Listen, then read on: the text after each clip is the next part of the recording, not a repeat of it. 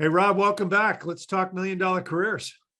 Yes, sir. How are you doing, Greg? I am good. I am like most of the world, I'm sitting on the edge of CNN and Fox News and Wall Street Journal and the Ukraine situation and what a bunch of chaos in the world. Yeah, it's freaking crazy.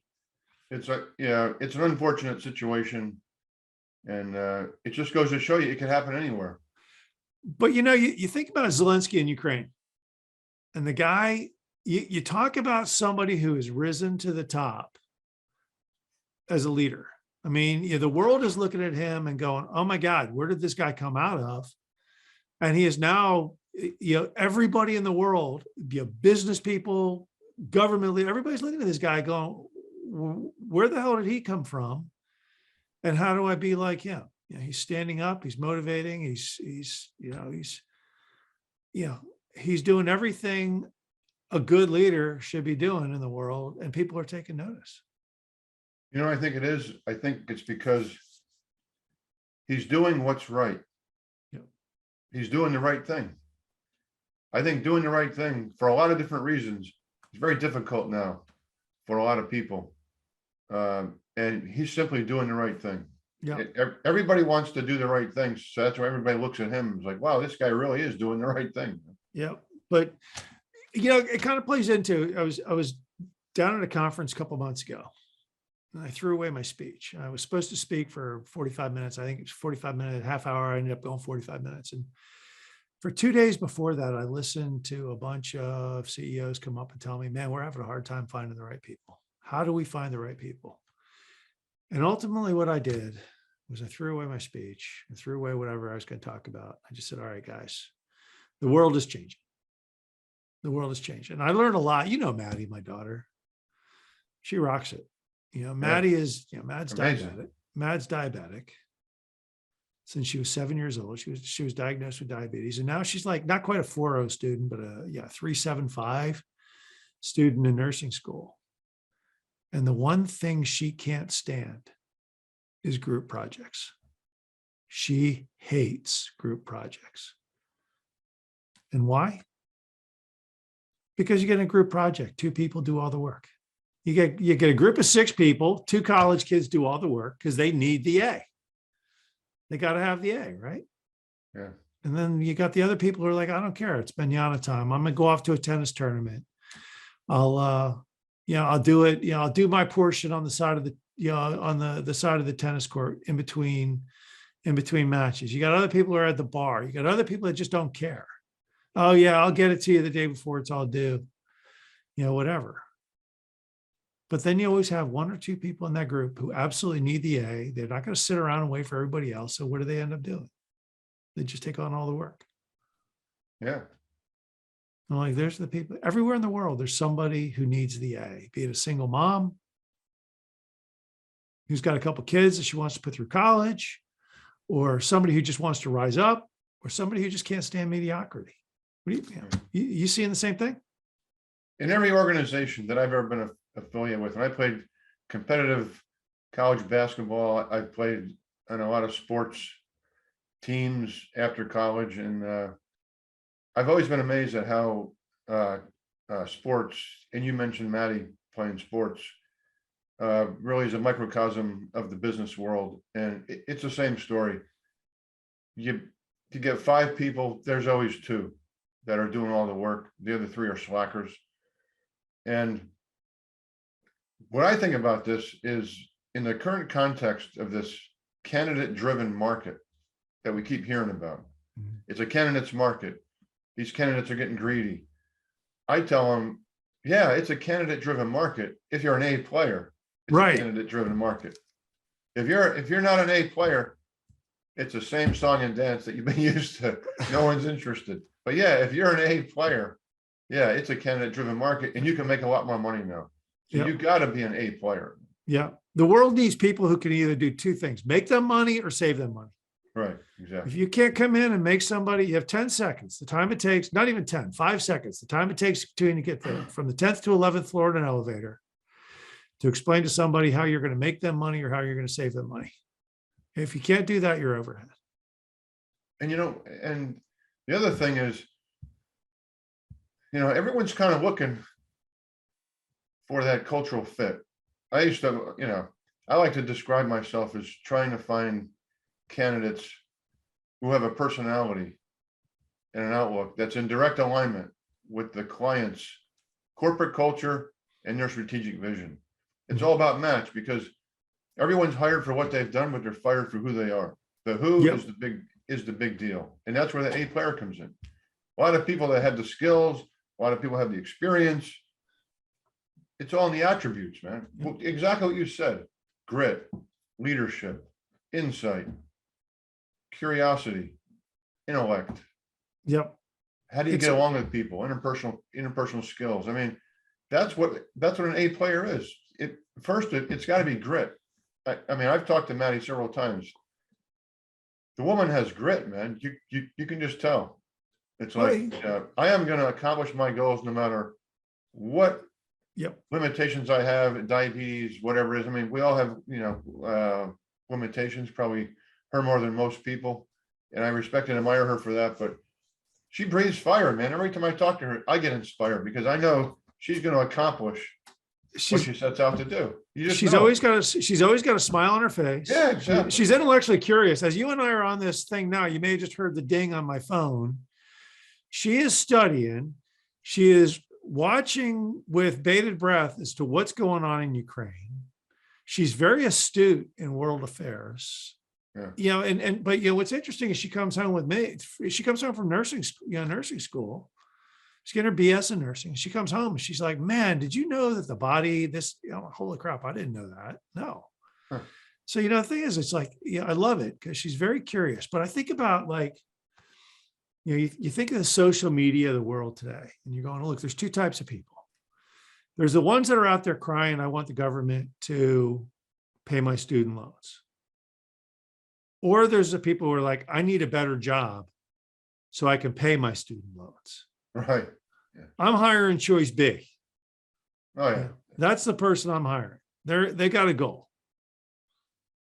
And I think about, from a hiring standpoint, a couple of things that companies should be asking.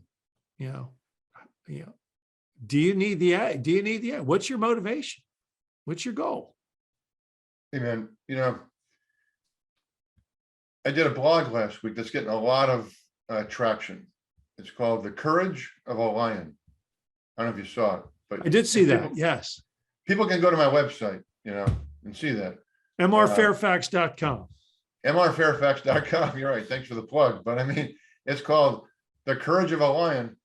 And I did a podcast too. It's a story of Kim Smith. Kim Smith has been a single mom raising her two kids as an account manager in in various insurance organizations. And I've known Kim for a long time, and I kept telling my clients, this lady is the perfect salesperson. All she needs is a chance, Yep. But because she's got a high school education, she can go to college, she can have the certification. They come up with a million reasons why they don't trust her to be a salesperson. I finally found a client down in Virginia Beach. I said, this is an A candidate, undiscovered. You got to give her a chance. And she's kicking ass and taking names later. She specializes in the trucking industry. She has a humble background. She's got a really thick Southern accent. She knows how to charm people. She's really laid back. I'm thinking, are you kidding me? The truckers would love this person just to talk to her on the phone. Yeah, no doubt, right? And she's killing it. That everybody, she's getting like referral on top of referral. And on top of all this stuff, she's very, very detailed and organized. And she knows how to process new business. She knows the claims part of it. She knows every part of the insurance proposal, and she's killing it. And I can't believe it. I'm so happy for her. But this lady had a lot of courage. She gave up a relatively, decent paying job, a salary position, to take a commission only position as a sales. She took a risk. It's amazing, man. She's an A player. I got to tell you, the guy that always impresses me, and I'm always, and I've known him for 35 years, since 1987. So what's that? 35 years. You know what I'm going to talk about. Yeah. It's Jack Kennedy. Yeah. Jack was a guy when he was in his early 20s, mid 20s, You just looked at him and said, this guy is driven. He needs he'd started seeing problems and he'd start fixing problems. And he started fixing problems, and then intellectually curious. When he got out of the Navy, he was very curious about the internet. You had experience with him then. And he understood the internet before anybody understood the internet. And then, he ran a couple companies, couple startups, found his way in life. And now he just got $100 million investment from SoftBank for his current company. And I'm always impressed with him because he's just a driven dude. I'm like, how do you find 5 of those guys? How do you find 5 I know. Jacks? Yeah, when I met Jack, I had the same feeling about this guy. He's just like super smart, but he had all the other attributes. A lot of people that are like super smart don't know how to communicate, don't know how to get along with people. There's no leadership. Jack had the whole package. Plus, on top of that, he was gritty. You could tell, no matter, as he achieved more and more success, he would get more grittier. Yep. If that's a word. You know what I mean? And I remember him coming out to Cable and Wireless. And this was 1999, I think it was. And everybody was trying to figure out how to monetize content. And he came out and I was sitting down with him and he goes, here's how you do it, man. He took a napkin and mapped what people use today to deliver content at the last mile near your house, like gaming. How do you deliver gaming? How do you monetize gaming? Well, Jack had to figure it out before anybody else had even thought about it. Yep. On a napkin, man. Yep. But he was intellectually curious. Yeah. And I think that's the key. And you talk about, it's like the A player. What does the A player look like? They don't suffer fools. They don't, it's like, hey, look, if you're gonna,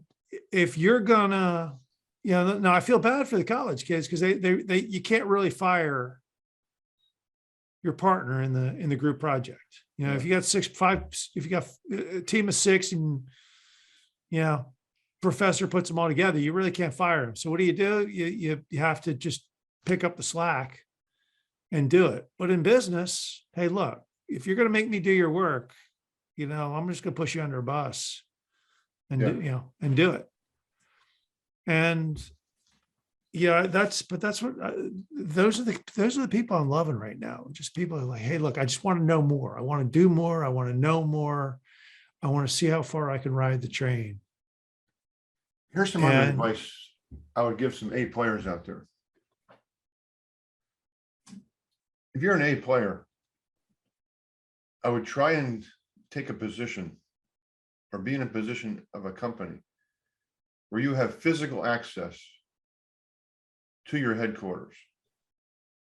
Because I'm finding now that the people that are gravitating towards leadership positions are the people that show up at the office.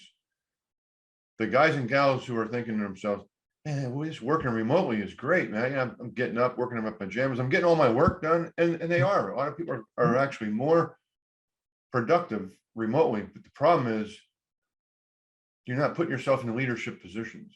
I agree. So the people that are actually, maybe not every day, but are going in a couple times a week, pressing the flesh with the CEO, CFO, conducting meetings, performing leadership activities. Those are the people that if you're an A player, that's where you want to position yourself, because that's how you're going to get to the top now. I agree. There's a lot of people out there sitting on the sidelines. I agree. Where do you learn the most stuff? You learn the most stuff around the water cooler, coffee pot. You bounce some ideas around. It's hard to, look, Slack is a great tool, but it's hard to communicate on Slack. It's hard to, you can't, people can't see emotions on the screen. People can't see, emotion in an email. The emotion of the email takes on the tone that they feel, as they're reading it.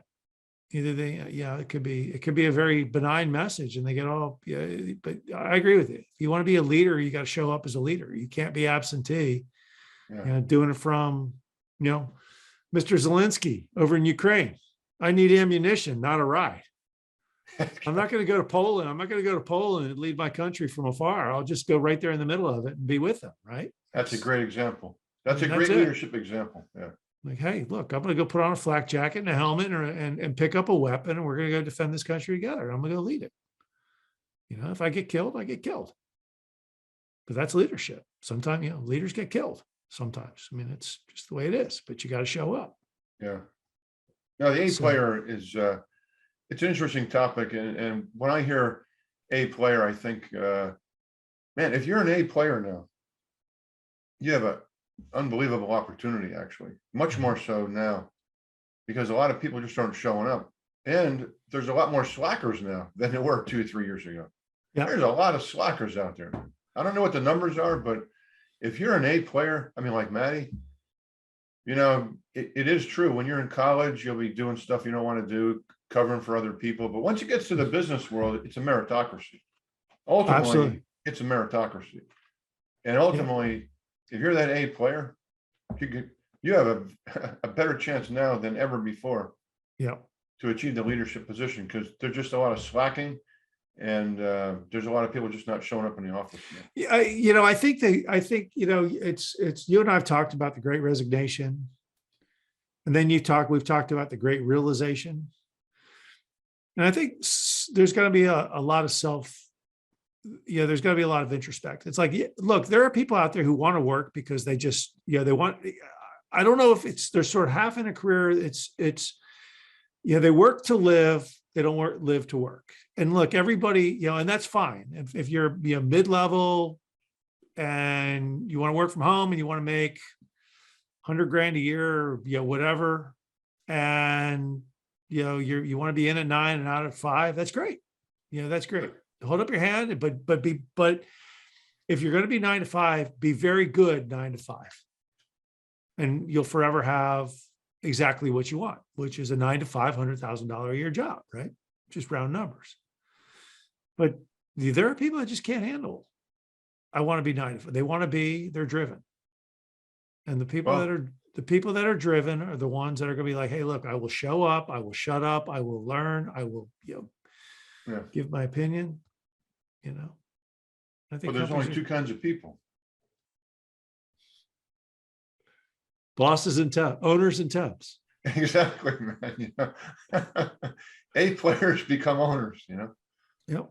That's the ultimate, is to become an owner of something, both figuratively in terms of extremely owning what you do, to actually becoming an owner. Right. And you and I are owners.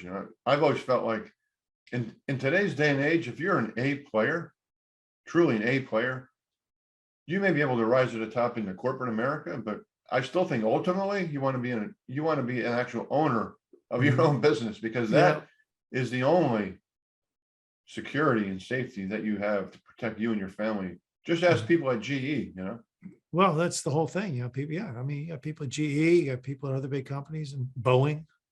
Yeah, Boeing. They've been there 25, 30 years. And all of a sudden now, I had a fellow that was at big helicopter company up in Connecticut, Sikorsky Helicopter. And he'd been there 30 years. He'd gotten to a good leadership position, but he wanted more. Yeah. And his first question was to me, he goes, did I stay too long? Yeah, exactly. My answer back to him was, dude, look, I like you. He's a good, smart guy, very smart and driven guy. I'm going, look, here's your challenges. Your challenges are going to be your ability to think, tell people, show people that you can think outside of the big company that is Sikorsky. Yeah. Can you go to a small company and think small company? Can you change you've been ingrained in a culture that is, can you change? Now the onus is on you to show people how you can do that, and talk to them in an interview, because they're going to look at you and go, dude, you've been here you were there 30 years. Yeah. And in the end, so, look, everybody's got value. The way everybody has value. But ultimately it's like, hey, if you want to make that change, you got to figure out, how can I show my value to people outside of the organization I'm in? Yeah. And that's, I don't know, that's what I've been telling people a lot. Show them how you can make money, show them how you can save money, show them how you can drive a different culture. Institute great business processes that are going to take a company to the next level. Yeah. And then show leadership. And show leadership. It's got to be a rising tide, I agree. I mean, it's Well, that's good, man. 8 cool. players. A players. Find the person who needs the A. Are we A players, you think? You and me? I do you don't think? know. Yeah, well, look, I think you and I are unique. I don't think if you wanted me in a big company, I would struggle. Yeah. I'll just be very candid. I'll be very candid. I know myself. I'm very self-aware.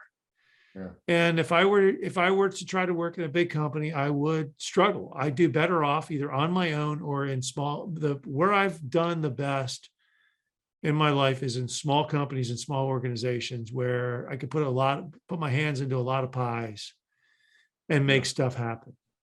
If I'm in a very big bureaucratic organization, I'm probably not the person that you want. Yeah. A lot of it has to do with really, a self-examination that would lead to a self-realization. Because I think the sooner people can figure out, honestly, look in the mirror, here's who I am, that's the first step. So. I think about now go back to the question. Am I an A player? I make a lot of money. I have I got great clients. I'm respected in my business. So yeah, in some ways I am. But you take me out of my element, I'm probably a B or C. Yeah. No, I think that's kind of where people got to figure out for themselves and go, where would I really thrive? Yes, exactly. And companies that are hiring them going, will this person thrive in my organization? Yeah. And you know what? That's where coaching comes in, executive and also life coaching. You take your client on a journey of self-discovery to self-realization, so that and all you do is you facilitate. You don't consult, you don't advise, you let them come up with the answer. All you really do is facilitate. Yep. Boom, boom. And we could talk about that maybe in the next one. Yeah, or the one after that. You're an executive coach. Let's just talk about that in the next podcast. All right, it's a deal, man. Cool. Executive coaching. All right, thanks. All right, Rob, where do people get a hold of you? Rob at mrfairfax.com. You've got some great blogs going. You've got some great podcasts you're doing on your own. Yeah, you do. Rob at mrfairfax.com, and its website's mrfairfax.com, right? Right on, man. Thanks, Craig. I hope you enjoyed the latest edition of the Aerospace Executive Podcast. You can reach out to me directly, Craig at northstaresg.com, or check us out at www.northstaresg.com. You can subscribe to this podcast on iTunes, Stitcher, Podbean, or on YouTube. Just do a search for Aerospace Executive Podcast. Thanks again. I'm Craig Pittman.